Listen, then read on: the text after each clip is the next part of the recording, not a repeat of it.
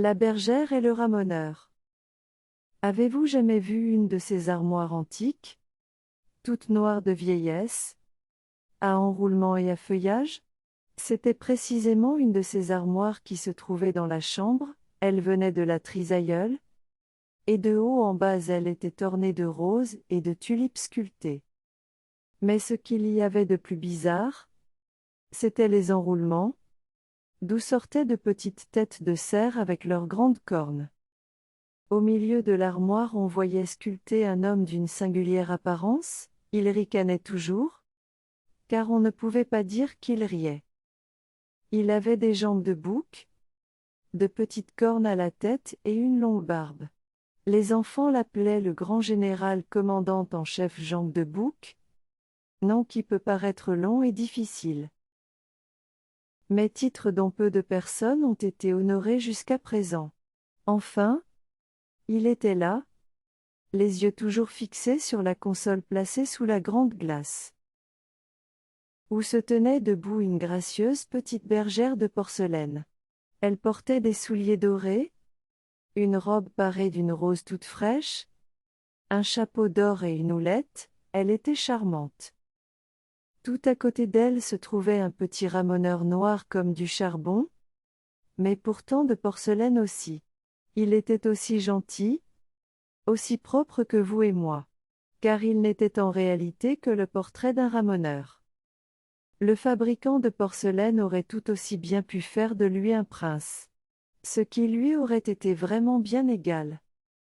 Il tenait gracieusement son échelle sous son bras, et sa figure était rouge et blanche comme celle d'une petite fille, ce qui ne laissait pas d'être un défaut qu'on aurait pu éviter en y mettant un peu de noir. Il touchait presque la bergère, on les avait placés où ils étaient, et, là où on les avait posés, ils s'étaient fiancés. Aussi l'un convenait très bien à l'autre, c'étaient des jeunes gens faits de la même porcelaine et tous deux également faibles et fragiles. Non loin d'eux se trouvait une autre figure 3 fois plus grande, c'était un vieux Chinois qui savait hocher la tête. Lui aussi était en porcelaine. Il prétendait être le grand-père de la petite bergère, mais il n'avait jamais pu le prouver. Il soutenait qu'il avait tout pouvoir sur elle, et c'est pourquoi il avait répondu par un aimable hochement de tête au grand général commandant en chef Jambes de Bouc, qui avait demandé la main de la petite bergère. « Quel mari tu auras là ?» dit le vieux Chinois. « Quel mari ? Je crois quasi qu'il est d'acajou.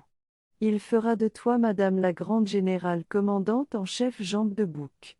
Il a toute son armoire remplie d'argenterie, sans compter ce qu'il a caché dans les tiroirs secrets. » « Je n'entrerai jamais dans cette sombre armoire, » dit la petite bergère. « J'ai entendu dire qu'il y a dedans 11 femmes de porcelaine. Eh bien, tu seras la 12e, » dit le Chinois. « Cette nuit, dès que la vieille armoire craquera, on fera la noce, aussi vrai que je suis un Chinois. » Et là-dessus il hocha la tête et s'endormit. Mais la petite bergère pleurait en regardant son bien-aimé le ramoneur. « Je t'en prie, » dit-elle, « aide-moi à m'échapper dans le monde. Nous ne pouvons plus rester ici. »« Je veux tout ce que tu veux, » dit le petit ramoneur. « Sauvons-nous tout de suite. Je pense bien que je saurais te nourrir avec mon état, pourvu que nous descendions heureusement de la console, » dit-elle. « Je ne serai jamais tranquille tant que nous ne serons pas hors d'ici. » Et il la rassura, et il lui montra comment elle devait poser son petit pied sur les rebords sculptés et sur le feuillage doré. Il l'aida aussi avec son échelle, et bientôt ils atteignirent le plancher. Mais en se retournant vers la vieille armoire, ils virent que tout y était en révolution. Tous les cerfs sculptés allongeaient la tête, dressaient leur bois, et tournaient le cou. Le grand général commandant en chef Jambes de Bouc fit un saut, et cria au vieux Chinois, « Les voilà qui se sauvent. Ils se sauvent. » Alors ils eurent peur et se réfugièrent dans le tiroir du marchepied de la fenêtre. Là se trouvaient 3 ou 4 jeux de cartes dépareillés et incomplets, puis un petit théâtre qui avait été construit tant bien que mal. On y jouait précisément une comédie, et toutes les dames, qu'elles appartiennent à la famille des carreaux ou des piques, des cœurs ou des trèfles, étaient assises au premier rang et s'éventaient avec leurs tulipes.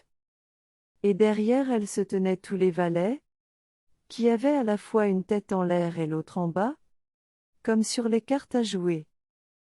Il s'agissait dans la pièce de deux jeunes gens qui s'aimaient, mais qui ne pouvaient arriver à se marier. La bergère pleura beaucoup, car elle croyait que c'était sa propre histoire. « Ça me fait trop de mal, dit-elle, il faut que je quitte le tiroir. » Mais lorsqu'ils mirent de nouveau le pied sur le plancher et qu'ils jetèrent les yeux sur la console, ils aperçurent le vieux Chinois qui s'était réveillé et qui se démenait violemment. « Voilà le vieux Chinois qui accourt !» s'écria la petite bergère, et elle tomba sur ses genoux de porcelaine, tout à fait désolée. « J'ai une idée, dit le ramoneur. Nous allons nous cacher au fond de la grande cruche qui est là dans le coin. Nous y coucherons sur des roses et sur des lavandes, et s'il vient, nous lui jetterons de l'eau aux yeux. » « Non, ce serait inutile, lui répondit-elle. Je sais que le vieux Chinois et la cruche ont été fiancés, et il reste toujours un fond d'amitié après de pareilles relations, même longtemps après. Non, il ne nous reste pas d'autre ressource que de nous échapper dans le monde. Et en as-tu réellement le courage ? Dit le ramoneur. As-tu songé comme le monde est grand, et que nous ne pourrons plus jamais revenir ici ? J'ai pensé à tout, répliqua-t-elle. Et le ramoneur la regarda fixement, et dit ensuite, le meilleur chemin pour moi est par la cheminée. As-tu réellement le courage de te glisser avec moi dans le poêle et de grimper le long des tuyaux ? C'est par là seulement que nous arriverons dans la cheminée, et là je saurai bien me retourner. Il faudra monter aussi haut que possible, et tout à fait au haut nous parviendrons à un trou par lequel nous entrerons dans le monde. Il la conduisit à la porte du poêle. « Dieu, qu'il y fait noir !» s'écria-t-elle. Cependant elle l'y suivit, et de là dans les tuyaux, où il faisait une nuit noire comme la suie. « Nous voilà maintenant dans la cheminée, dit-il. Regarde, regarde là-haut la magnifique étoile qui brille. » Il y avait en effet au ciel une étoile qui semblait par son éclat leur montrer le chemin. Il grimpait toujours. C'était une route affreuse, si haute,